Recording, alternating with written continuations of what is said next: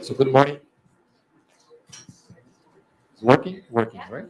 So good morning, everybody. Again, we start our next panel of this morning, and Excellencies, honorable guests, ladies and gentlemen, women, equal participation, decision making, and leadership in political and public life are essential to achieve the sustainable goals by 2030.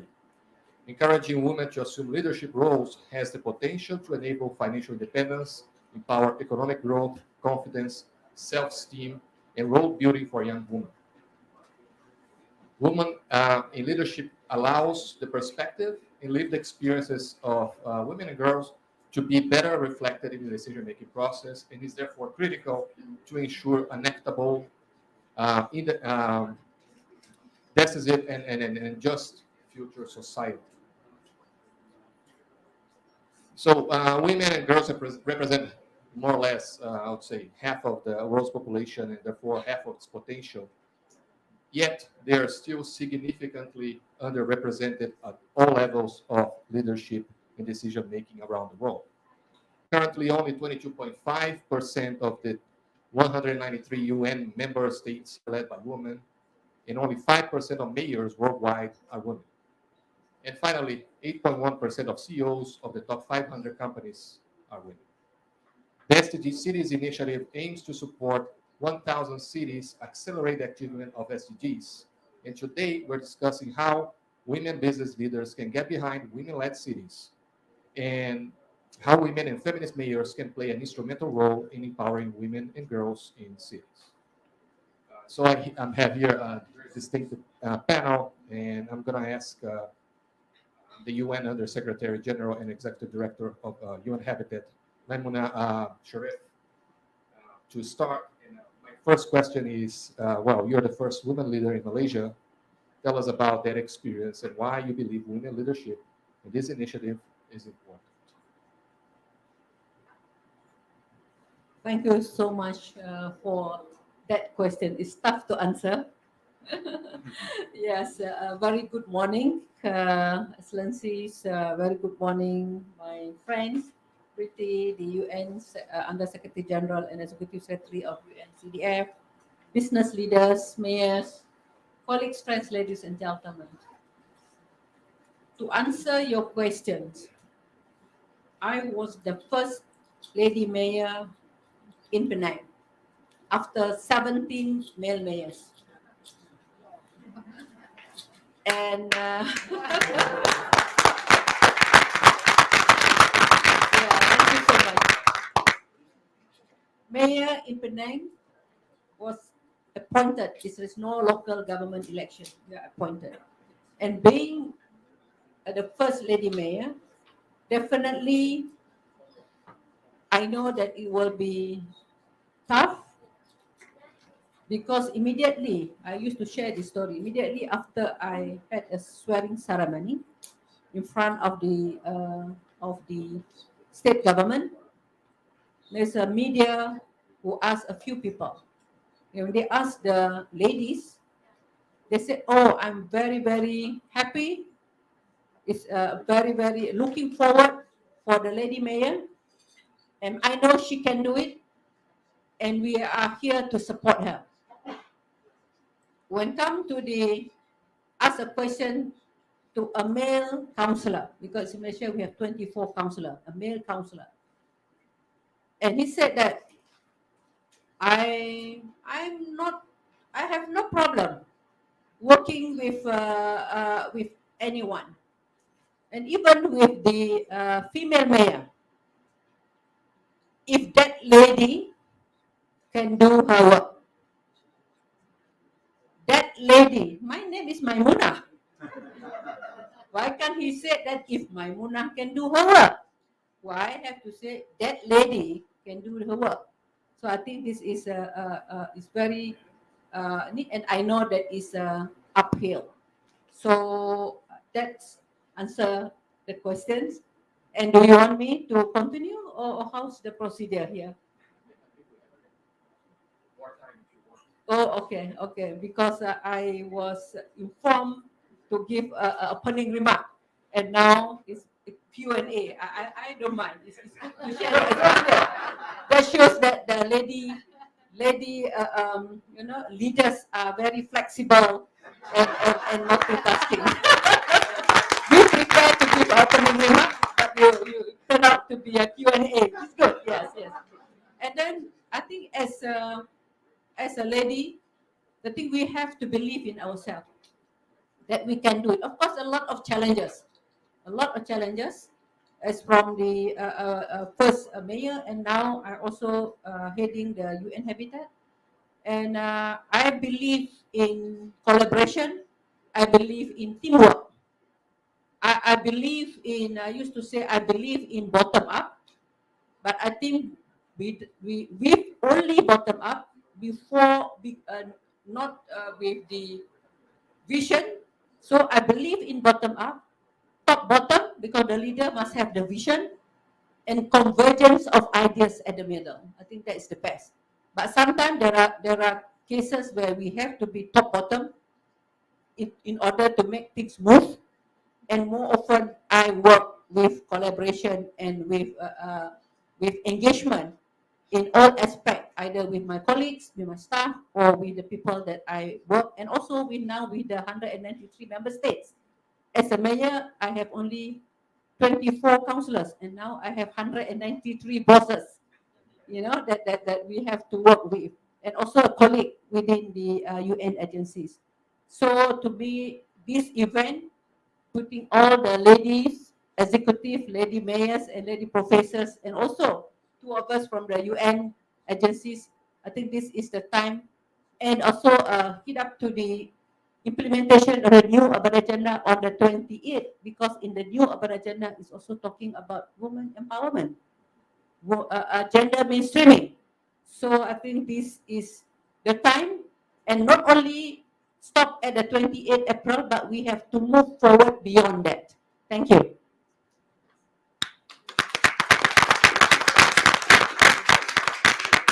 Thank you so much. I'm going to take a page from the flexible leadership example.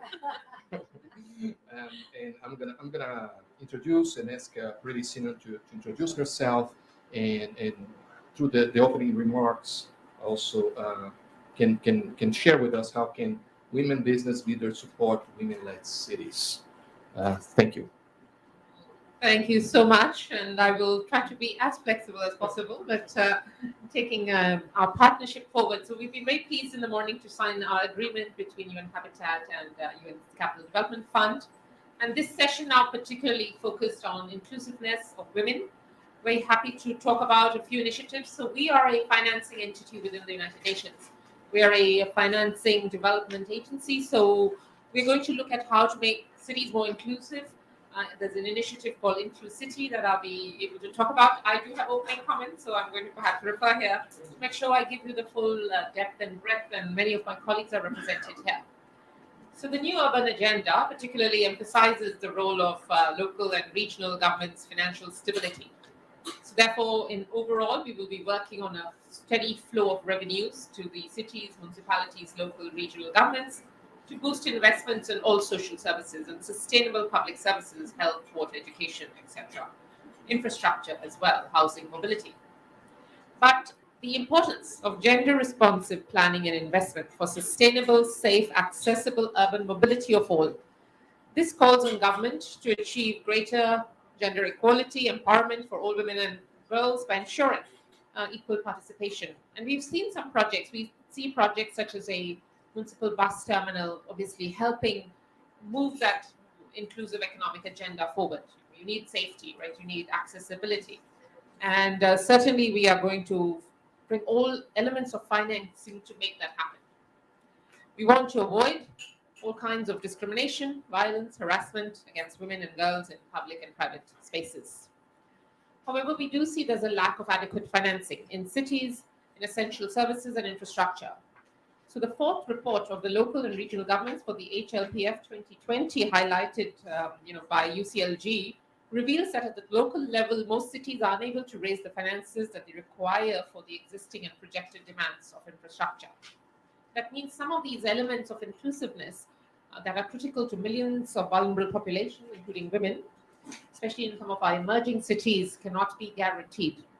Therefore, comes to today that we address these challenges by a comprehensive approach together here, hearing the voice of several stakeholders, but accelerating inclusion through investments.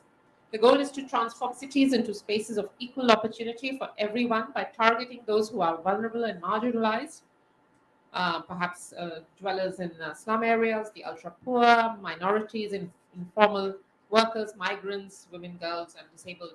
I mean, I think it is for this purpose that we exist. We are passionate at the United Nations, and certainly they have our focus and our partnership. So one such example, pleased to share this in Senegal. It's called the Senegal Inclusivity that focuses on the rehabilitation of the Gouel municipality's major fish market. I had the pleasure to be recently in Dakar for the World Water Week and actually saw this to promote women-led local economic development process. In Senegal, women are exclusively responsible for selling of fish, which they buy directly from fishermen on the beach. This investment, contributes to their incomes as well as clean environment and so on. What we did is help create that better facility for the fish market, and also I believe in the roofing that there's shelter from the climate elements, and all that helped a better environment, focused on better waste management, disposal situations, in addition to better earnings and improved working conditions. This market also incorporates a childcare facility as well as proper sanitation and addition to cold storage and a proper roof for the women. So this is one example of how investing smartly in a city project exclusively designed for better inclusion, better opportunities for girls and women. To deepen our work in inclusive city investments, I am pleased to announce together with a group of experts, including UN Habitat, that we are developing two specialized tools that include the City Scorecard and the Inclusivity Index. The City Scorecard is an important tool that will be used to rank cities on their commitment and investments for the inclusion agenda. Scorecard indicators will measure the effectiveness of the city's policies, systems, plans, investments against criteria that really outline what is the inclusion in their metrics. This will have both qualitative and quantitative metrics. The Inclusivity Index will be used for the selection and ranking of municipal investments based on the potential benefits for the excluded and marginalized groups. This is the first tool of its kind that will really combine the inclusion and investment objectives. We're proud to have, again, my colleagues David Jackson, Samina Anwar, others here who can talk in more details. Both these tools will be applied through our jointly managed SDG Cities initiative with UN Habitat announced this morning. The tools emerged from our recent investment in women's economic empowerment, local economic development through the recently concluded Inclusive and Equitable Local Development Program. These tools will ensure that the city investment projects continue to be equitable, inclusive, rather than locking in inequalities through the poor design. This approach will support the priorities of women mayors. Many of them are friends, colleagues here, and women-led businesses that are highlighted through this panel. And we look forward to this exciting initiative. Thanks so much.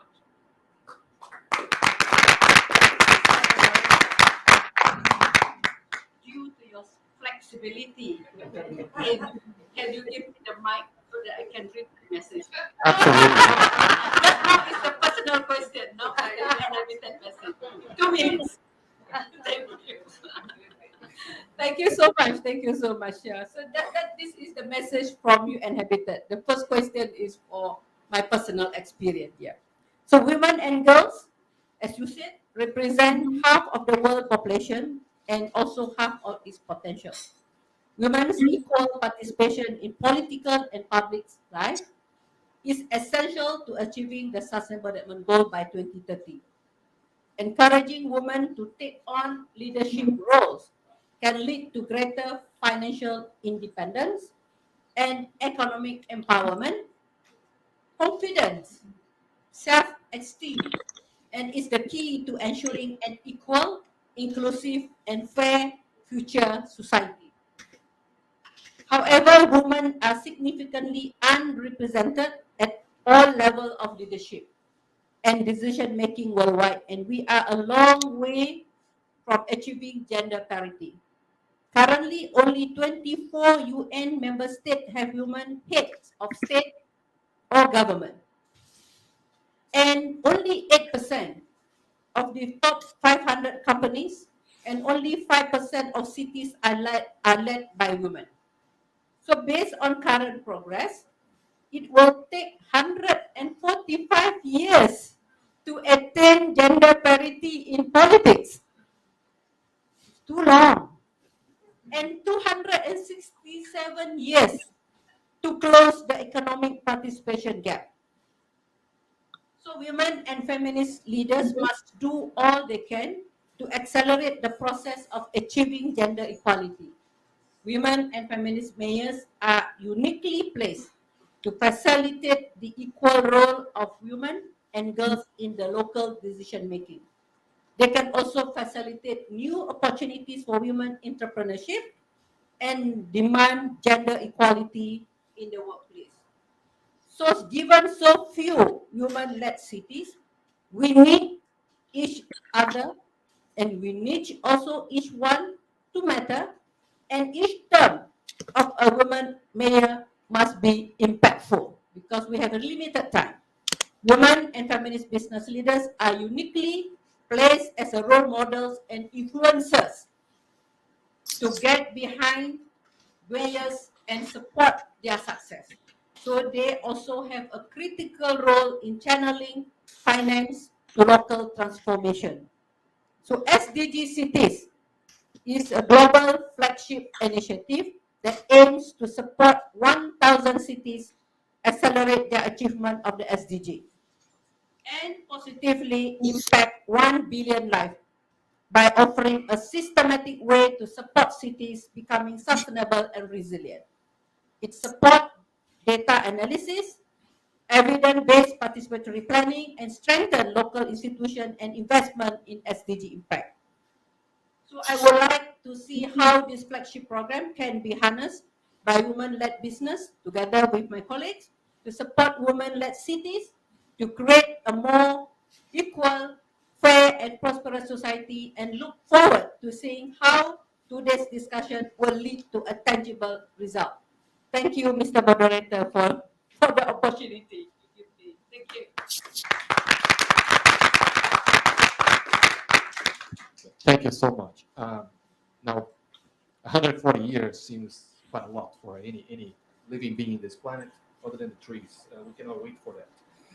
Now, following the dynamics of the panel, I understand that they are heading to another meeting. So we'll ask again another round of applause to their participation. And then we'll continue with our panel discussion. Thank you so much. It's just that I have another. I'll see you. Yeah, okay. Thank you.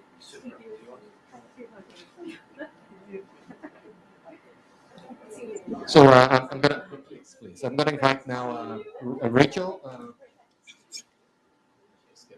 Yes, can you hear me in the room?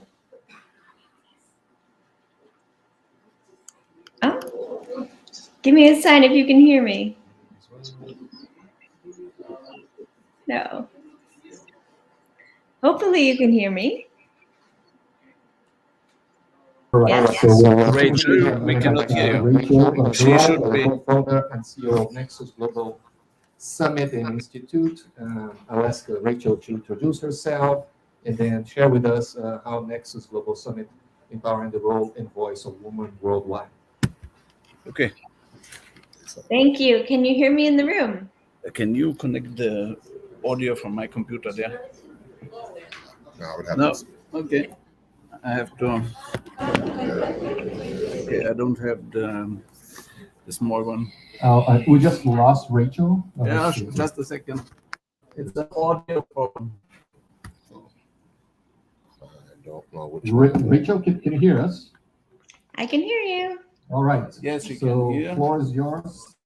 But we cannot hear her. Not yet. Okay. Now? Got the right one. Can you hear me now? Yeah.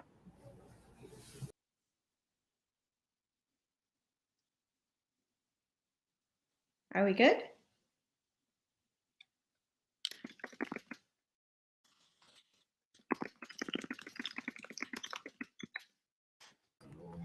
We are working on it. So please try again.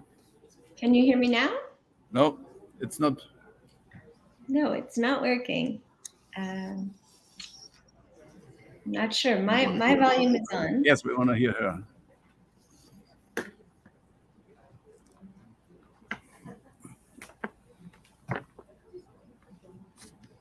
Any sound yet? Or let me try connecting this one. This would not We'll work. try a little bit more, and we're saying how Nexus Global Summit empowering the role in voice of women Yeah. worldwide. We don't have the voice here. Okay, try it again. Can you try again? Any luck? Okay. Hello. Okay. Something there. Yes, please. Hello. It works. Okay, Yes. wonderful. Hello, everyone. Thank you so much for being so patient with technology. My name is Rachel Jarrell. I'm the co-founder and CEO of Nexus. We were founded in 2011 at the United Nations during the International Year of Youth. And our theory of change is to bring together next generation of the world's most influential families. So young people from business families, philanthropic families, government families, and bringing them together to figure out how can they bring about change using their unique access and influence. Our first summit was held with Secretary General Ban Ki-moon in July of 2011, and we had people from 350 countries. Oh no, we had 350 people from 70 countries. And immediately something became obvious. What we thought was one summit turned into a movement. And this movement is now 11 years in the making. We've hosted 45 summits for next generation of the world's most influential families. And in those 45 summits all over the world in 6 continents, our membership is predominantly female, which is really interesting when you look at the fact that we're looking at Middle East, we're looking at Asia, Latin America, Africa, but the people who raise their hands to open a new chapter for Nexus seem to more often than not be women. And so since our very first summit, we had a rule. And the rule was that there could never be a panel at any time in a conference that had all men. So we call it our no manels policy. And if you can't find an amazing woman speaking on climate change or indigenous rights or activating cities or SDGs, if you can't find a woman, then the topic doesn't get discussed, which means that everyone makes sure to include women. The reason that we've seen Nexus scale from that first day at the UN to Asia, Africa, Latin America, Australia, New Zealand, the Caribbean, Middle East, all over the world is because of collaboration. Because there was a spark of an idea that as a generation, we could help the UN amplify its efforts to change the world. And the people who stood up and raised their hands believed in collaboration. Women's leadership is defined by partnership and collaboration. It is a shared approach. When you ask a woman CEO such as myself, how did you get so successful in scaling to 6,000 members and 45 summits? My answer is, it wasn't me. It was our team. It was our leaders. It was our ambassadors. So sharing credit is also a really wonderful trait of women leaders. collaborative spirits, and sharing credit, knowing that every accomplishment we have for the world is something that we all took a role in playing without ego or ownership. And I believe that the reason that even our working group leaders, our working group on human trafficking, our working group on Indigenous issues, our working group on refugees and displaced people, our working group on climate, all of our working group leaders that I just mentioned are also women. And so this happened by accident, not on purpose. But it's been a beautiful journey over the last 11 years to see how we stand up and host our summits with heads of state and former heads of state, also with mayors, and how we show up for them and teach them this spirit of collaborative leadership. It's also really beautiful watching women leaders of this next generation invite intergenerational dialogue with often male leaders of generations past, and how we can do that with such a spirit of learning and collaboration, understanding that each person's perspective is different, each generation's perspective is different, but only when we have all the perspectives woven together in a tapestry can we actually address the most pressing challenges facing our world. So as you all begin to have conversations about how women's leadership can inspire the SDGs and can inspire mayors and cities to be enlivened, I offer up to you the opportunity to connect with Nexus, with our 6,000 members, with a combined net worth of $650 billion, with their families who own the leading companies in the world, some of whom are elected officials who are leading nations, and to really lean on us when you're looking for next-gen women leaders, because over the last 11 years, I've been nothing short of blown away by the difference that our leaders have made and the way that they are embodying women's leadership in the spirit of collaboration and partnership like no community I've ever seen before. Thank you.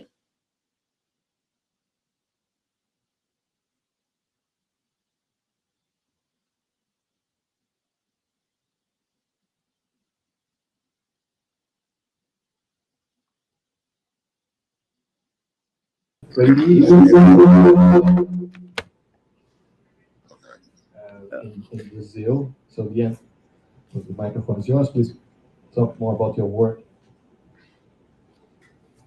So I would like to thank everybody that is here. Is there audio gonna be on this one? Yes. Okay, so let's take that. We'll be back in, But we also need to connect the camera again.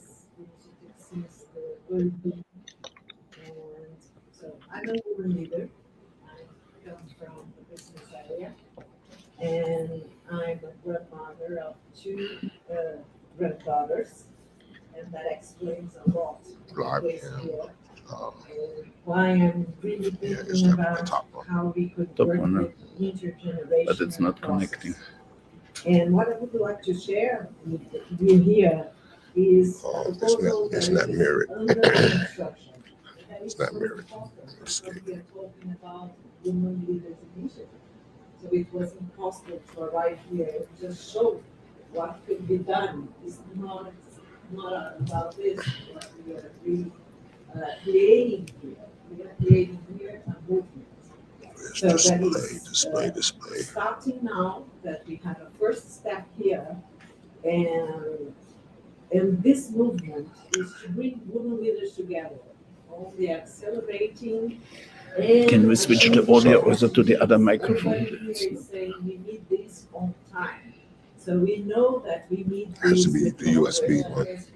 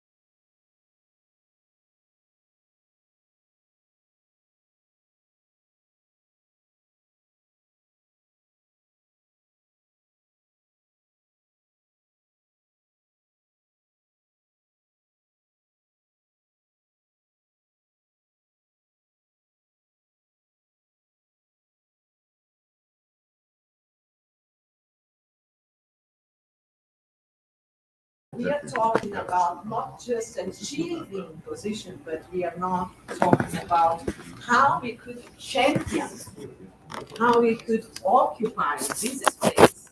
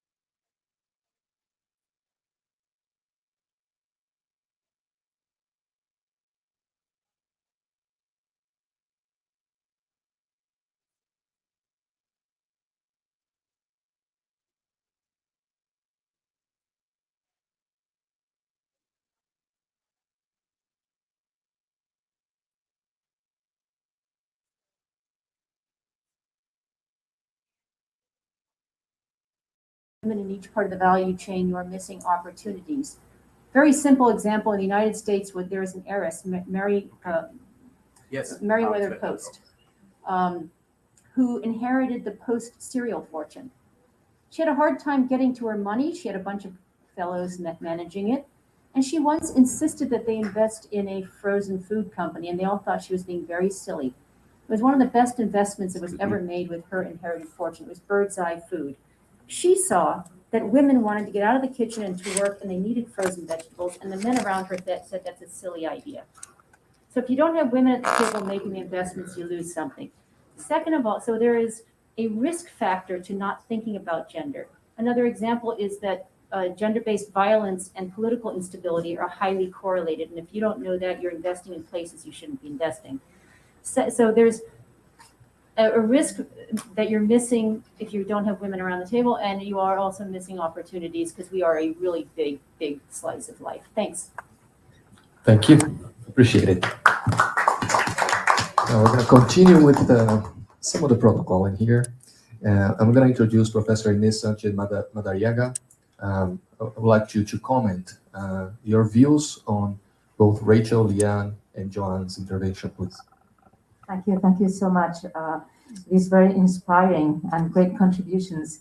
I've heard quite a broad covering of the key issues that are relevant for us here. One is about women's leadership and how we need women at the table, how this impacts decision making, and how this is necessary in order to ensure that the decisions are gender responsive, so that whatever is decided, whether at the level of mayors and technical and political positions or in the private sector as investors or as business leaders, the decisions that are made take into account what the decisions impact the lives of women and all the people who are in a way or other dependent on women.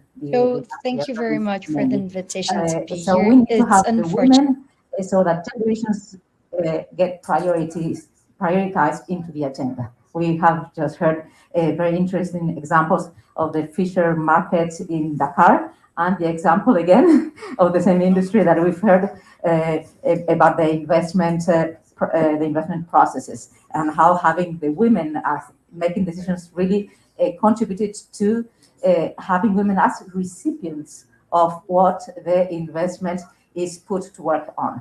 So that's a very important aspect and key.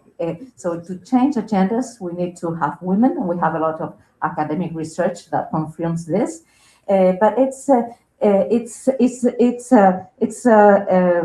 neither it's a necessary. It's you need it, but it's not the only thing. We also need to have awareness that gender is and that women's issues are important. So to have women does not directly lead to having a change in the agenda to prioritize gender and women's issues. We also need that these women leaders are aware of gender and women's needs and realities in what the content of their substantive policy or business sector business is. So we need gender expertise, and gender expertise has to be good quality. It has to be the best quality so that it is taken seriously in whatever decision-making process takes place, and it has to be introduced at the highest level in the architecture of the organizations so that it's substantively taken on board. I used as an example the other day in the ECOSOC meeting, the example of AGI, the Advisory Group on Gender Issues, to Maimuna, our Young Habitat ED, that I'm honored to chair. So this is an example of how getting gender expertise at the highest level as the best way to ensure that we can change the agendas. And then another important aspect that has been mentioned by several of the previous speakers is the issue of how women can change the way we work. Women can change by being more collaborative, by contributing to greater and better recognition of shared work and shared credit, which sometimes it's an issue that the work that different people do to any project or any policy process is appropriately reflected in recognition. And we intend to live this way. So changing getting these more, I would say, traditionally feminine ways of doing things in collaborative ways into decision making is another important contribution of having women in leadership. But again, this can happen, but not necessarily. And we have to ensure that we lead by example and that we get these values into leadership. So that, because sometimes often this is also something that that can be denied, and it's not the case. So we have to really ensure that we bring to the public sphere and to the business sphere, to the mayors and the local decision maker, and in the private sector, in the decision maker and the women's leadership in business, this new way of working, and that this is very, very clear that we can manage things differently, and that this cannot be put in question. We have to show this in very clear ways. So I will just leave it now for here, and I give it to the moderator. Thank you so much. Now, I wanna invite two speakers to share their experiences, and we're talking here of the rarest type of women-led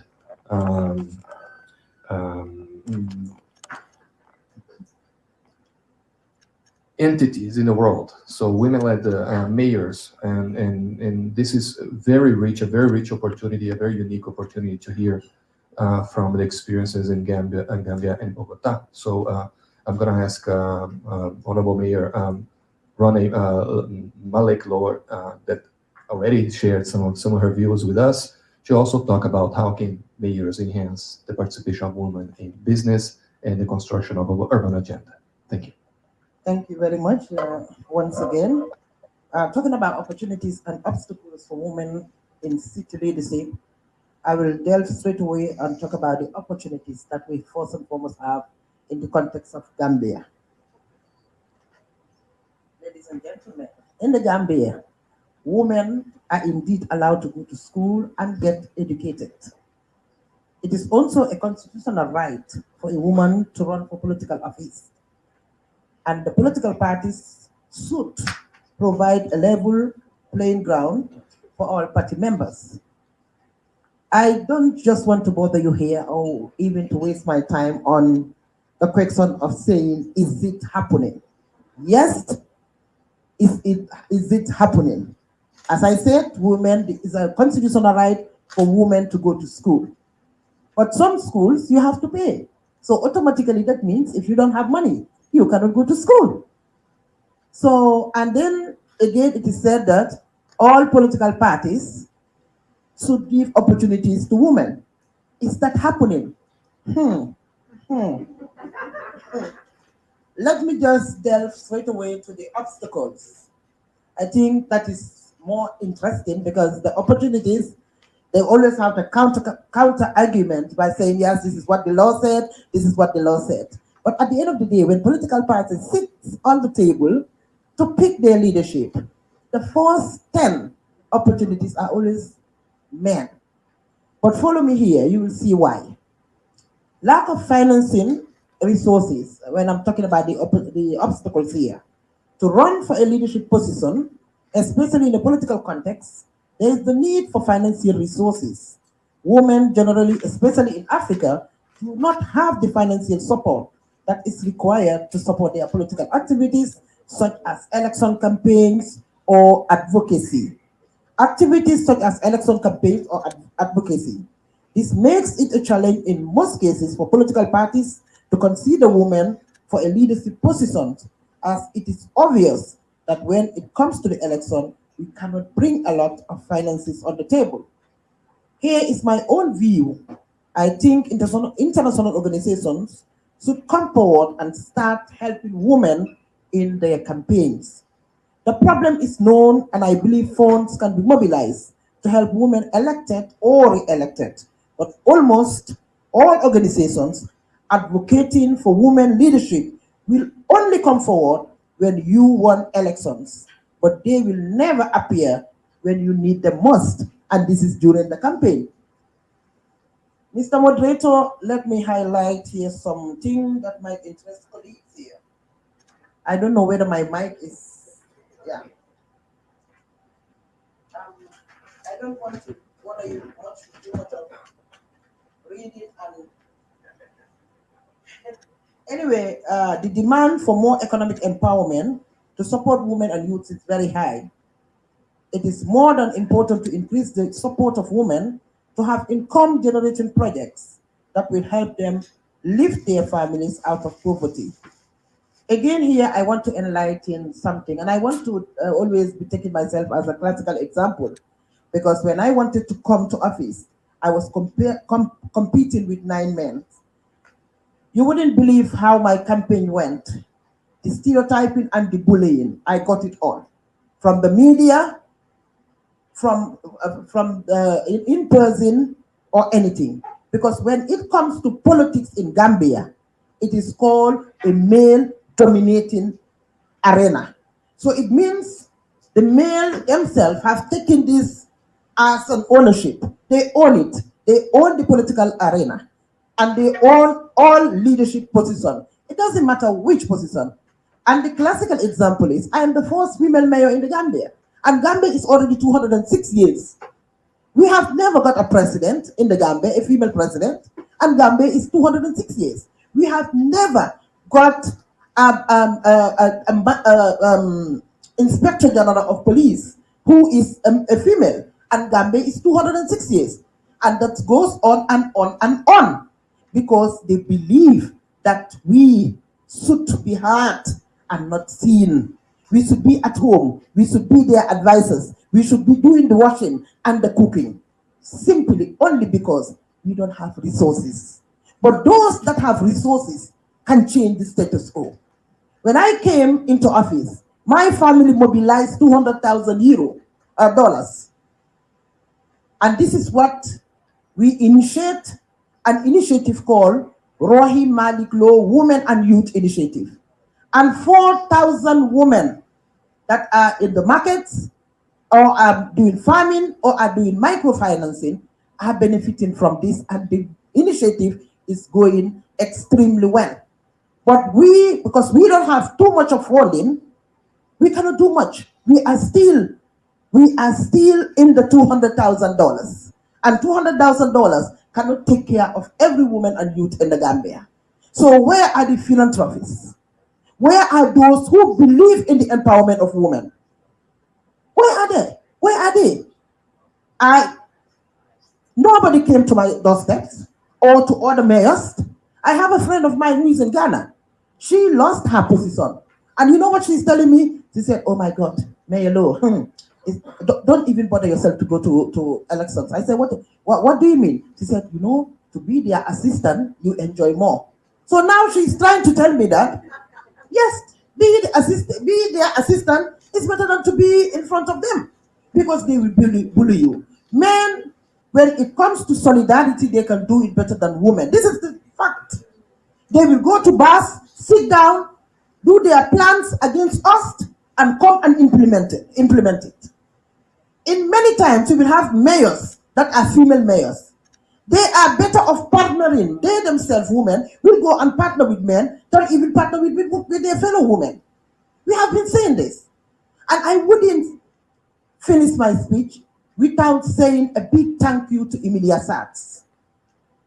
I don't give credit where it is not due, because I have people who are crying and dying in my city, and I don't see anybody coming to my aid and say, Mayor Lowe, you have taken $200,000 and start this initiative. Now we are coming to the multiply effect. Because women need to be empowered. Otherwise, we will lose all our leaderships. You cannot have money. You cannot go for a leadership position when you don't have money. I am going for an election in May. Am I sure whether I will go for that election or not? I don't know. Because without funding, I have to stand back and say, the gentleman, please come in. So this is like selling my position to them. When we have a lot of philanthropists in the world, hey, for God's sake, let's say it as it is. This is the problem. Women are so good in mobilizing funds, but they will never know that those funds that they are mobilizing is going around. At the end of the day, it will go under the dexes of men to empower them. This is what is happening. So therefore, We have to come as one. Empower our own women folk. Let them empower the women politicians so that we can empower those at the grassroots. If you go to Gambia, can you imagine? People don't have clean water to drink. And 60% of the population of the Gambia are youth. And women, they don't have clean water to drink. My initiative is running left, right, and center. When myself, I am earning less than $1,000 a month. I am just lucky that I have a family who were able to mobilize this fund. It was a campaign promise, and we need to do it. Because my father also was a mayor. So I understand the problem of the grassroots. Because I was born as a politician whose dad was a mayor. And I've seen people coming to my father every time. And I always said, the president is my brother. But I always said to him, you know what? To be a mayor is more difficult than to be a president. For God's sake. People come to us, meet us at the parks, meet us at the markets. They will meet us in the funerals and everywhere. Especially when you are a woman. Mr. Moderator, especially, I'll put emphasis on that. And underline it with a red pen. Especially when you are a mayor in a city and a woman. Especially in a country where corruption is the order of the day. It's the order of the day. I beg to stop here. Thank you very much.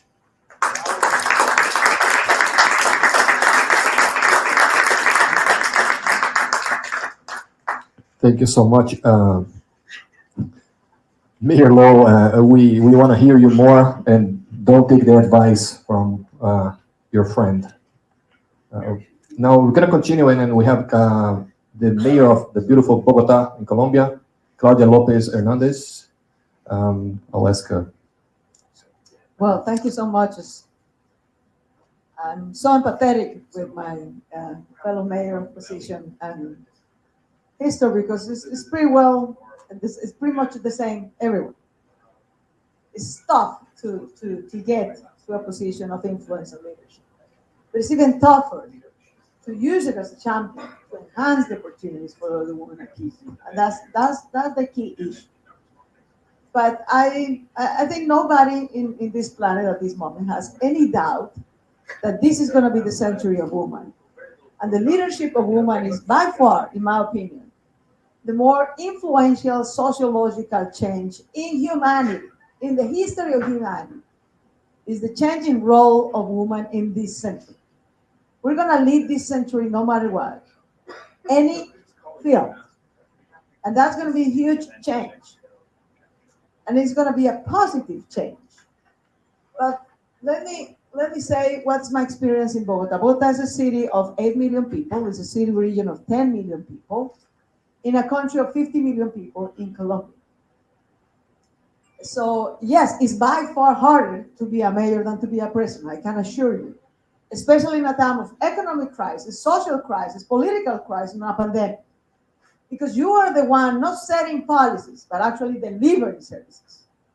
You know, vaccinating people, providing schools, clean water. We don't do policy or diplomacy. We deliver services. And that's actually what people need. But that's crucial because it means that in delivering those services, you can set priorities that even though were so obvious, nobody ever before did. I am also the first mayor, the first woman, the first lesbian, the first diverse woman to be elected into this position.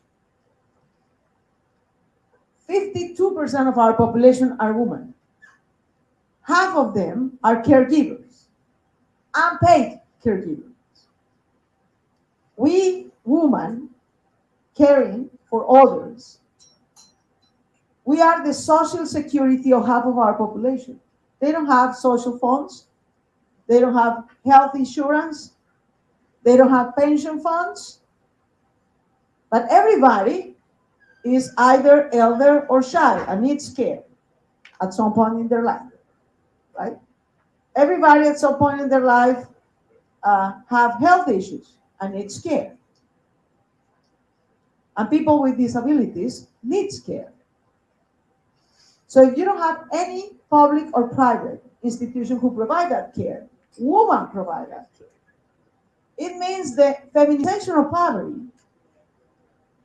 and women under poverty because they renounce to opportunities of free time for themselves, renounce to opportunities of education, renounce to opportunities of labor or entrepreneurship, are provided underpaid care. This is so obvious for more than a century. This has been the history of humanity for millennia, right? So to create a formal, institutional, public caring system for elders, childs, and people with disabilities is not like discovering, water. It's like obvious. But it's the first time in the history of Bogota that actually such a system is put in place. And it was put in place by the first woman to be elected.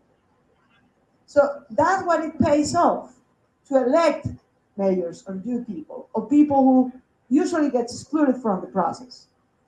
And that this is my story, but I'm sure people in the business sector has pretty much the same story, right? Of innovation and inclusion of things that were apparently obvious but were never done. And that's what actually representation does. So I want to say that if you want to change the course of inclusion, you want to support women, don't do forums, don't do papers, finance them,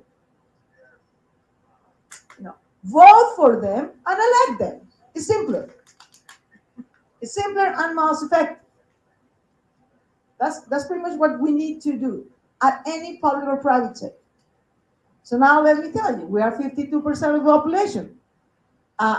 Were we before 65% of the top level positions in the government of Bogota? No.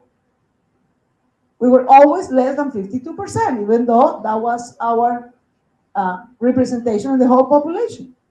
Well, this is the first government in the history of Bogota who has 65% at the top level, directional level of any position, of any institution in Bogota. And it makes a difference. And that's what needs to be done, actually. If you want to empower women and support women, let's make sure that any council, assembly, or congress in our countries approve and enforce parity in any political party list or representation. Quotas has been incredibly successful and inclusive instrument to close the gap, which is not a gap of decades. No, it will take us 147 years at the current path, as Maimuna said. We're not going to have planet in 147 years. So it has to be done through institutional change. Through institutional change. And also in the business sector. You cannot set quotas in the business sector in a democracy. But by setting quotas in the public institutional sector, it will take to the public sector. And you can set example by, again, the public-private enterprises of Bogota. We have one of the biggest companies, three of the biggest companies of Colombia are the utilities companies of Bogota. The Water and Sanitation Company of Bogota, offering clean water for 10 million people, is currently led by a woman. We increased from less than 10% of representation in the boards of our utility companies, less than 10% of representation of women. Now it's between 35 and 50. So what is that? What was that? Was it a law? No. It was a political decision. And once it is put in place, it's so hard to take away. It's so hard. If you raise the level, if you raise the bar, if you raise the bar of execution, of results, we are no woman ever, I think, is asking for less standards, quite the opposite. We're always measured to a higher standards. the level of exigency to women is always high. We are always under test, as Maimuna said. Will that woman be able? Yes, I am Claudia Lopez, and I am willing and able to do this, right? But we are always under test. And I will highlight another point, which is incredibly important. In funding, for example, funding for education, funding for entrepreneurship initiatives, set specific funds, projects for women. Let me give you some examples. So if we set the caring system of Bogota for women, so we want to offer them time for themselves. That's easy. They choose to do whatever they want to do with the 4 new hours a day that they can enjoy, because we can take care of the ones they were taking care of, right? So they have now 4 hours at least per week that they didn't have before. To offer them study, that's relatively easier, but to find a job or funding a proper entrepreneurship for that woman, which is, let me tell you, is 50 years old, probably, on average, barely has secondary level of education, barely, right? And has no job for the last 10 or 15 years. So nobody's gonna give a recommendation for her. Well, let's try to find a job for that woman. I'm not talking about 20 years, graduated, incredibly smart woman. When I'm talking about woman caregivers, I'm talking about on average of this kind of. So the first option is you gotta believe in them and set some programs of job employment and entrepreneurship for them in the mayor's office. So as I was mentioning in the panel before, for people who listen, one of our ambitions in Bogota is to become a greener city. Is building a public transportation system which is clean, is planting 1 million trees and taking care of our ecological areas. We need to protect them. Well, who's going to do that? Mujeres que reverdecen. Women for green jobs, right?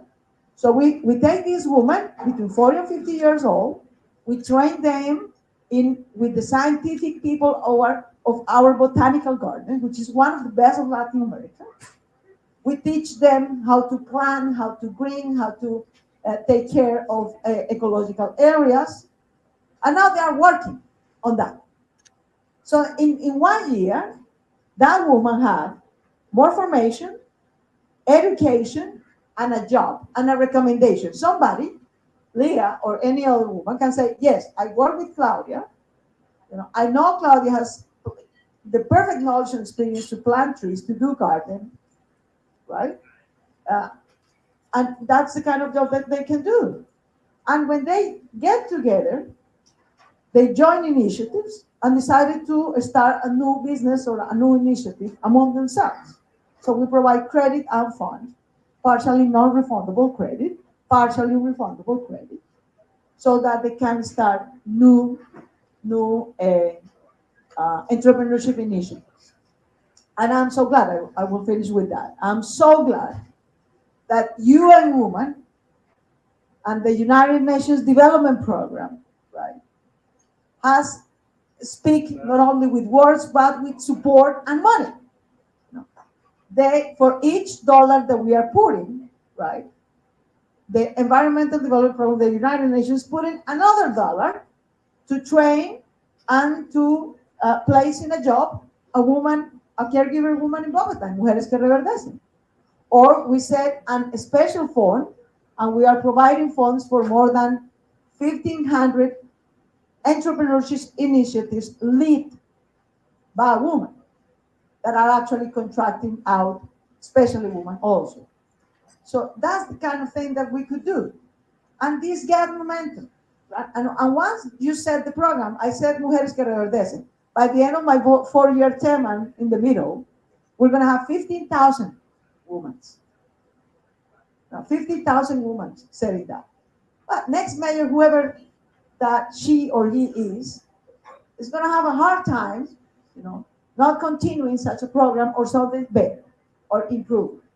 So I will sum up with that. If you want to support women, invest in their education, invest in their job placement or entrepreneurship, elect them, promote priority in any political body, right?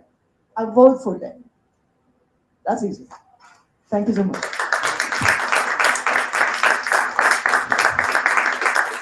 Thank you, Mayor Claudia. We want to hear also from Rosa Irene Urbina Castañeda. She's the municipal president of Tapachula, and she's gonna go over how can women city leaders inspire future female leaders. ¿Qué poner esperar también? Sí. Bueno, la pregunta lo que es algo que lo trabajo que lo haga, que divida, comparta con nosotros también cómo puede inspirar líderes, female leaders para el futuro, para cambiar la situación que tenemos tan pocos líderes femeninos hoy.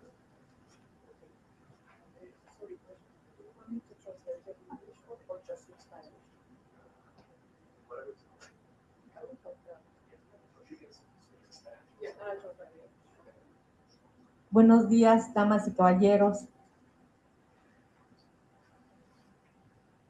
Por primera vez en la historia de Tapachula, Chiapas, México, Good morning, ladies and gentlemen. For the first time in the history in Tapachula, Chiapas, Mexico, hay una mujer al frente del gobierno municipal.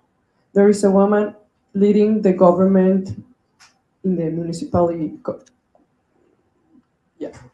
Tapachula government, yeah. Yo. My mom, actually. Llegar a ocupar un cargo político en México aún es complicado. Having a leadership government position in Mexico is still really hard. Por el machismo, There is a lot of sexist, por la educación recibida en casa, because of the education from our home, por la discriminación por género. there is a lot of discrimination, gender. Sin embargo, en marzo del año 2020 ocupé este importante y honroso cargo. And even though in March 2020, I got the opportunity to got this position to lead. Llegué al gobierno de Tapachula junto con la pandemia. I arrived to the government in the middle of the pandemic COVID-19 y con la problemática que esto implicaba. and with all these challenges that will get involved. Ha sido difícil, pero quizá la sensibilidad de una mujer esté siendo la diferencia en este gobierno. It's been hard, but perhaps the sensibility of being a woman, it makes a difference in that government and the way to approach the problem. No es una cuestión de rivalidad con los hombres. It is not a situation about being against men, pero sí queremos tener oportunidad de ocupar cargos de toma de decisiones. but we really want to have this opportunity to be in a position to take decisions in the middle of these kind of problems. Afortunadamente contamos con un presidente de la República, Andrés Manuel López Obrador.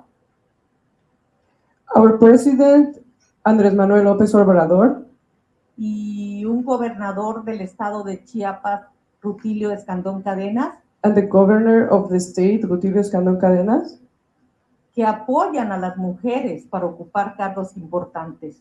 that they support the woman to be in these kind of roles. Actualmente, por ley, existe la equidad de género. Now, because of the law, there is equality of gender, la paridad de género, y eso ha permitido que ocupemos las mujeres cargos importantes. and that allows us to the woman to be in this kind of position. No los últimos. Not the last ones. Ha sido un reto que los empleados del gobierno It's been a challenging that the employees from the government, reciban instrucciones de una mujer. they can receive instructions from a woman. Creen que por mi condición de mujer no tengo carácter. They believe because I'm a woman, I'm not able to have the character enough to face things. Vaya que tengo carácter. And yeah, she does. And actually, she's tough. I can tell. I can tell. Ahí está mi esposo que lo sabe. En la administración, en el gobierno municipal de Tapachula, In my administration during the government, más del 50% more than the 50% de los encargos of the duties, lo ocupan las mujeres. they are led by women. Pero también en el gobierno federal y estatal, But also in the federal government and the state government, de México, ocurre lo mismo. it is the same. Cada vez somos más mujeres al frente. Every time there is more women in the leading positions. Las panelistas anteriores dijeron casi todo. My other fellows say already mostly everything. Compartimos las mismas experiencias, los mismos retos. We are all in the same boat. We have the same challenge, the same things to face. La misma discriminación. A lot of discrimination. Pero es el momento de las mujeres. But this is the woman time. Podemos estar en cargos de tomas de decisión. We can definitely be in places where we can take decisions. Podemos hacerlo bien. We know how to do it. We can do it right. Tenemos capacidad y carácter. We have all the abilities. We have the personality. We definitely can do this. Tapachula es frontera con Guatemala. Tapachula is in the border with Guatemala. Y el flujo migratorio aumentó al 1000%. And the migration flow increased like 1000%. Y eso generó, 1000%, yeah, sorry. Y eso generó problemática y necesidad de más recursos. So that increased a problem, so we need more resources.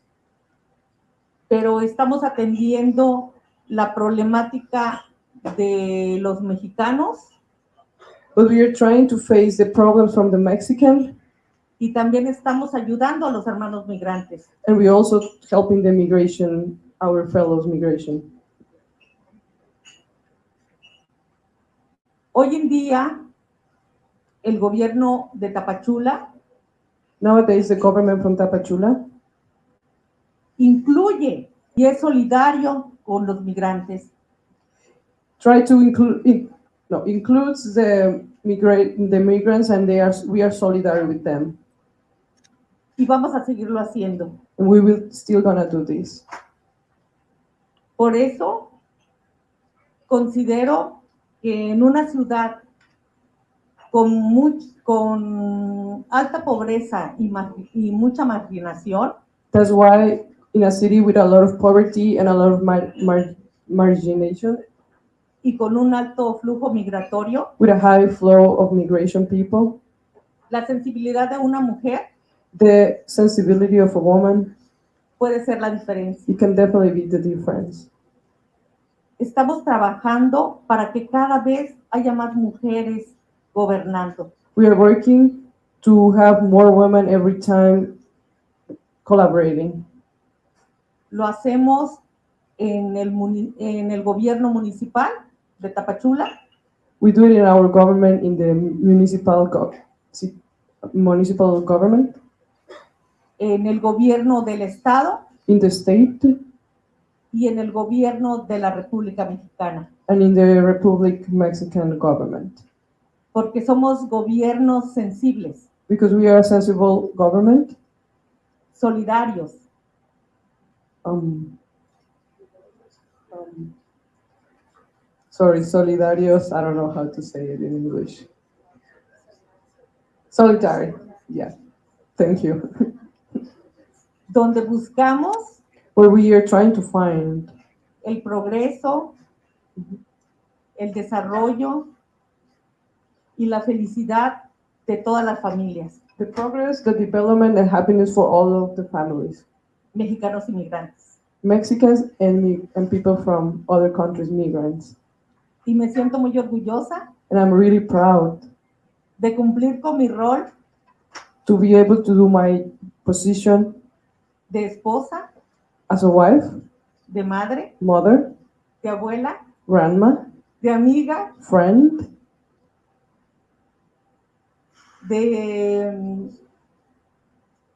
y de ser presidenta municipal de Tapachula. and at Muy the same orgullosa. time being able to be president, and I'm really proud of it. Y poderlo hacer, demostrar que puedo hacerlo. To show other men that I can do it. Y que todas las mujeres podemos hacerlo. And every woman can do this. Muchas gracias. Thank you.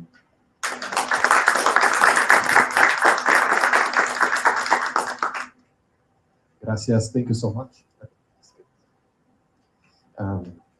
So we have one video from That can't be Marina Pfeffer, in the and we're meeting. going to pass through lunch because you can smell the food coming.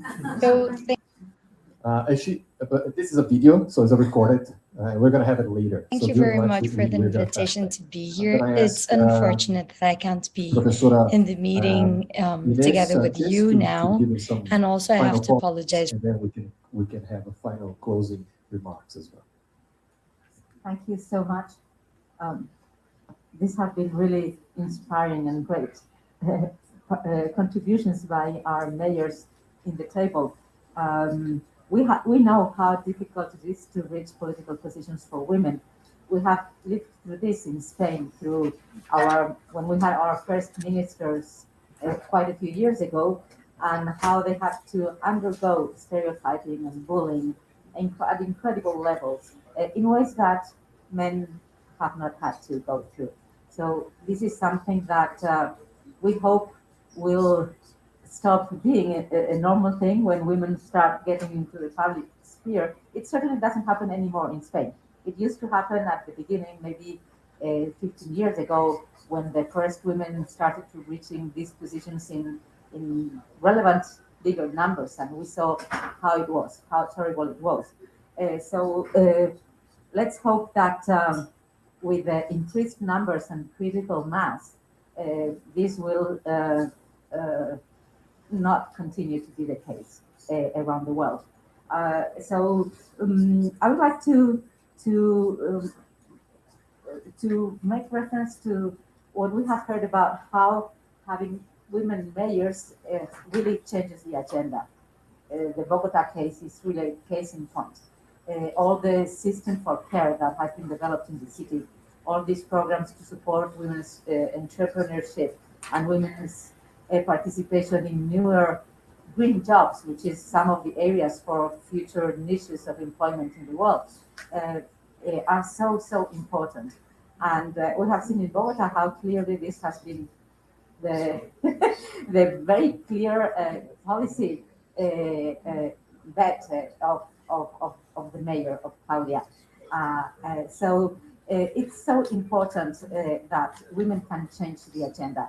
And this program that UN Habitat, together with, let me see if I can, with the UNCDF, it has developed to support women mayors, can help that all women mayors know and have the expertise and really get into their agendas women's issues in the way that has been made in Bogota.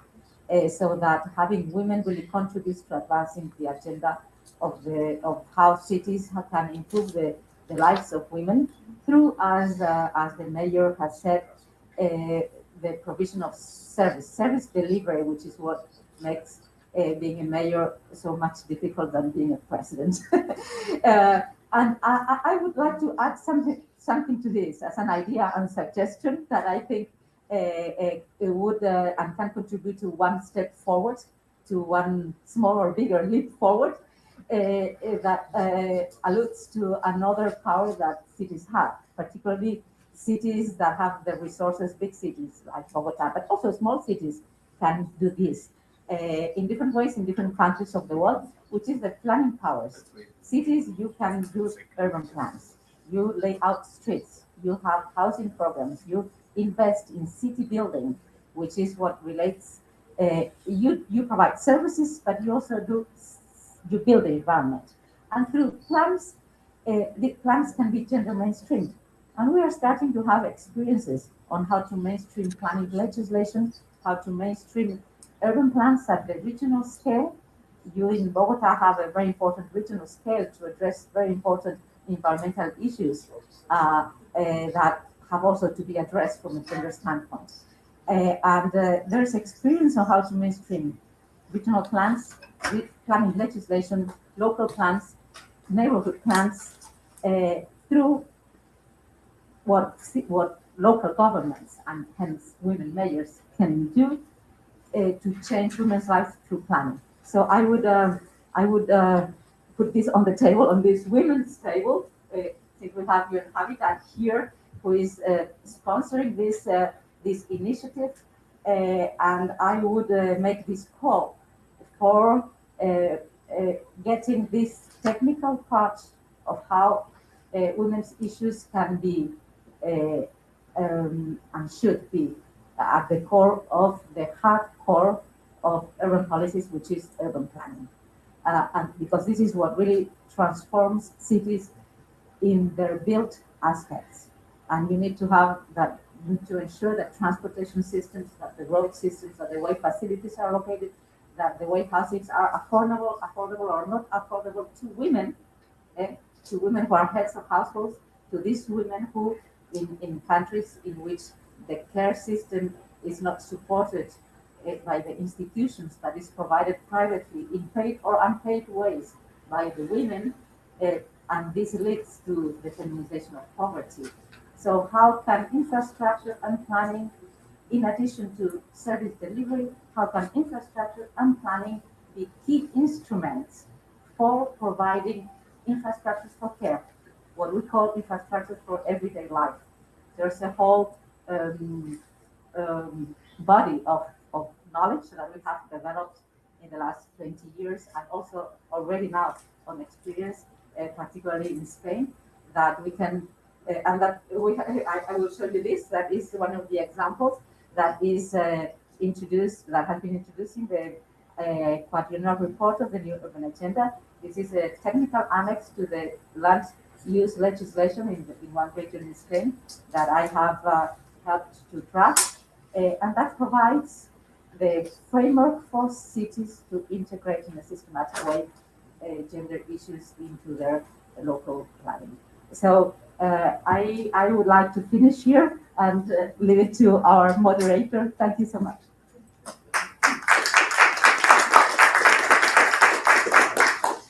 Thank you, Professor. It was great comments and a great wrap up for this so rich panel that we have. Just a quick note for the bankers. In my last job, I was the chief risk officer of a subnational bank in Brazil, and our women-led line of business had the lowest default rate. So keep that in mind, and it's profitable and well managed. So for a fact. So thank you so much, everybody. I'm going to pass now to Shipra Suri. She's the UN Habitat Chief of Urban Practices Branch, and she will provide the closing remarks on behalf of UN Habitat. Thank you. Thanks very much. Really, there's what else is left to say? This has been really a mind-blowing panel and a fantastic discussion. And I think a couple of things really from what I've been hearing. Women's leadership, whether in business or in local government or in national government or in institutions, for example, for that matter, is characterized by, what did we hear from all of you? By collaboration, by sharing, by learning, by a next generation focus, by an impact orientation, by a care focus, fundamentally by empathy and solidarity. And that is at the core of this initiative. This initiative is all about solidarity. Women-led business for women-led cities is not just about money. The resources are a central issue, and that's well understood. 3 mayors, first-time mayors, pioneers in their space in this panel. Resources are central, but resources are one part of this initiative, which is based on solidarity.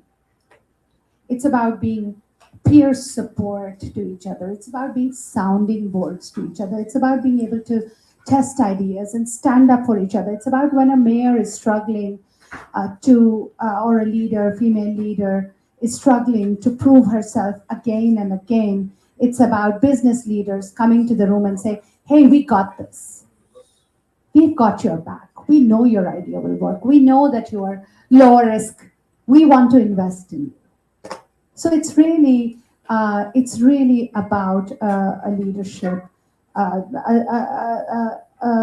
initiative of solidarity, an initiative of supporting women's leadership. And it's not one way. It's not only about women-led businesses for women-led cities. It's also about women-led cities for women-led business. And this is very important. You talked about supporting the entrepreneurs. You talked about supporting, the women in the informal sector. You talked about supporting, women caregivers who have not worked, who have not held down a job for 15 years. How and where do they get the support? They get political support from you, but they have to get also support from those large sector investors and women CEOs and big women-led business. So it's really, about putting in place this value chain, as David calls it, this positive, virtuous cycle, breaking the vicious cycle and entering a virtuous cycle. That's really what it's about, and it's a win-win. I was saying to my colleagues that we've had women-focused programming for several years at UN Habitat. We've had safer cities. We've had women's focus in our public space program. Most recently, our work on the Her City Toolbox, which is about public spaces and designing inclusive cities and spaces for women. But I can say honestly that this is the best idea I've heard from my team in a decade. This is the first fully blown feminist leadership initiative that UN Habitat has had the courage to launch. And it takes courage. This is not a standard bread and butter initiative, okay, well, we'll build a few, we'll build a bit more infrastructure, we'll focus on housing, we'll focus on public space. An initiative like this takes creativity, takes courage, takes innovation, takes partnership, takes collaboration, takes leadership, takes learning from everybody in the room, UNCDF and all our partners. So I'd like to really close by quoting Leanne, who said, we're opening up this space. It's very important that this space is being opened up. We'd like you to occupy this space. We'd like every grassroots women's leader, every local government women's leader, every small business women's leader, every large business leader to come and occupy this space, open up this space, and expand this space for the next generation of women leaders in business, in government, in institutions, everywhere. That's what we have to offer. Thank you very much.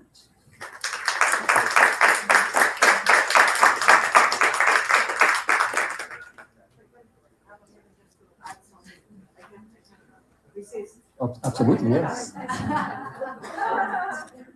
I cannot resist just one minute comment because of Ines and your comments, which is, in order to fight the stereotypes of women, when I emphasize the fact of bringing caregivers, women priorities or other issues, It's not, I was senator before being a mayor. And I remember when I got to the Senate, everybody told me, oh, you're very much invited to go to the social and children issues. I said, well, that's a great pleasure, but I want to be in the fiscal and constitutional committee too. Or here in Bogota in the land planning.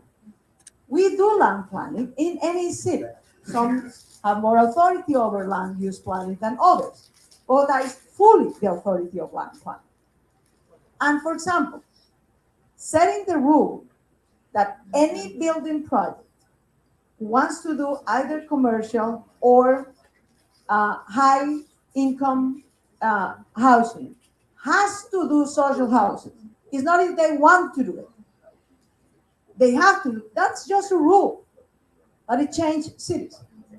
Building clean public transportation, metro, cables, electric buses that I was speaking this morning. Well, 65% of users of public transportation of Bogota are women. I'm going to do the largest investment in Bogota's history in infrastructure for mobility. That used to be a topic for a man mayor. No, that's a topic for the city. That's a topic for inclusion. So overcoming that kind of stereotypes is also crucial for our roles and our level of influence in taking the courage to use properly the sort of initiative that we're speaking.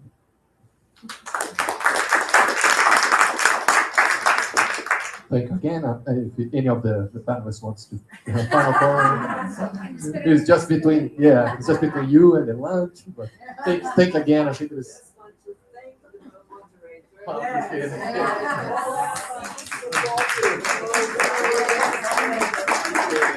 Thank you. And representing the old men that could be here, that are here, that are supportive for women leaders as well. So, thank you so much, everybody.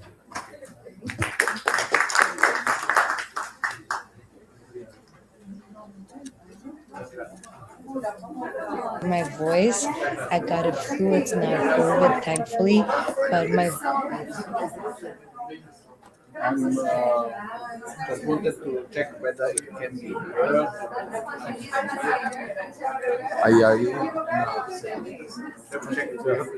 voice like this is the best I have to offer today, so I'm sorry for that.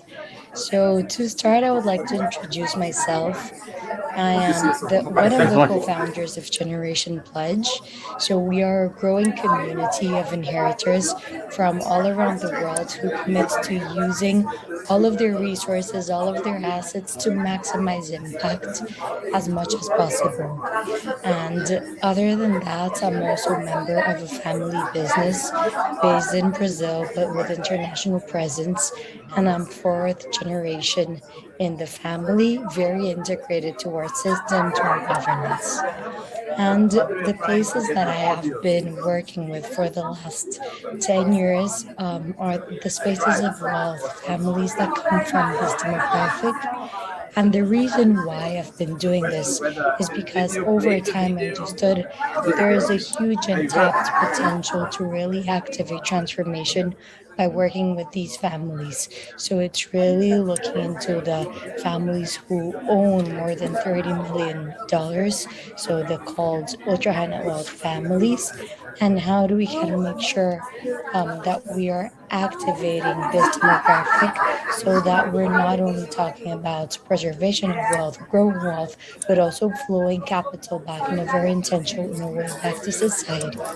So my thesis here is that if we do mobilize these families who control a significant portion of the global wealth, we can really shape the future in a way that is much more flourishing for all, with less existential risks, less environmental and social risks, and in a more flourishing way also.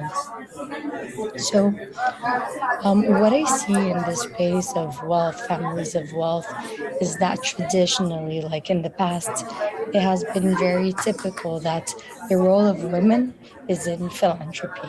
And many times, like it was very common also that these women, like they were very well intended. They came from a place of like speaking from the heart, very good values, but many times like they did not have the proper hard skills.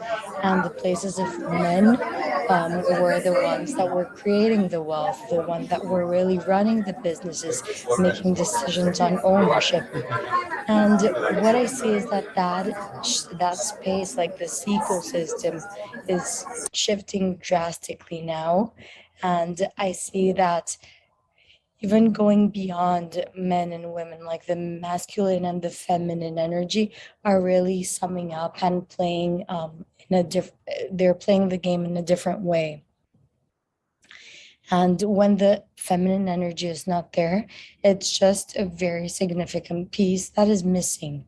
So if we are to speak about like what does this reflect in the wealth ecosystem, many times I see that the masculine energy tends to prioritize topics such as maximization of financial return, while if we take into consideration the feminine energy, we could think about how to integrate externalities, how to bring trust into the equation so that it also plays a role in the way that we relate to others.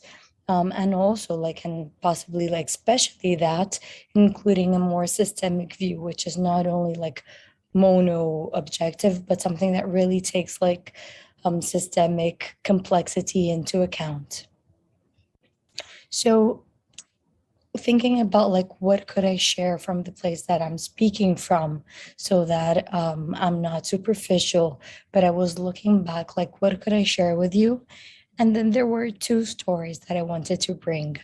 One is one related to my grandmother, so like yes, a woman with a very strong feminine energy, and the other one speaks about the moments that I'm living within my family as a fourth generation. So if I recall, like who is my grandmother, she has.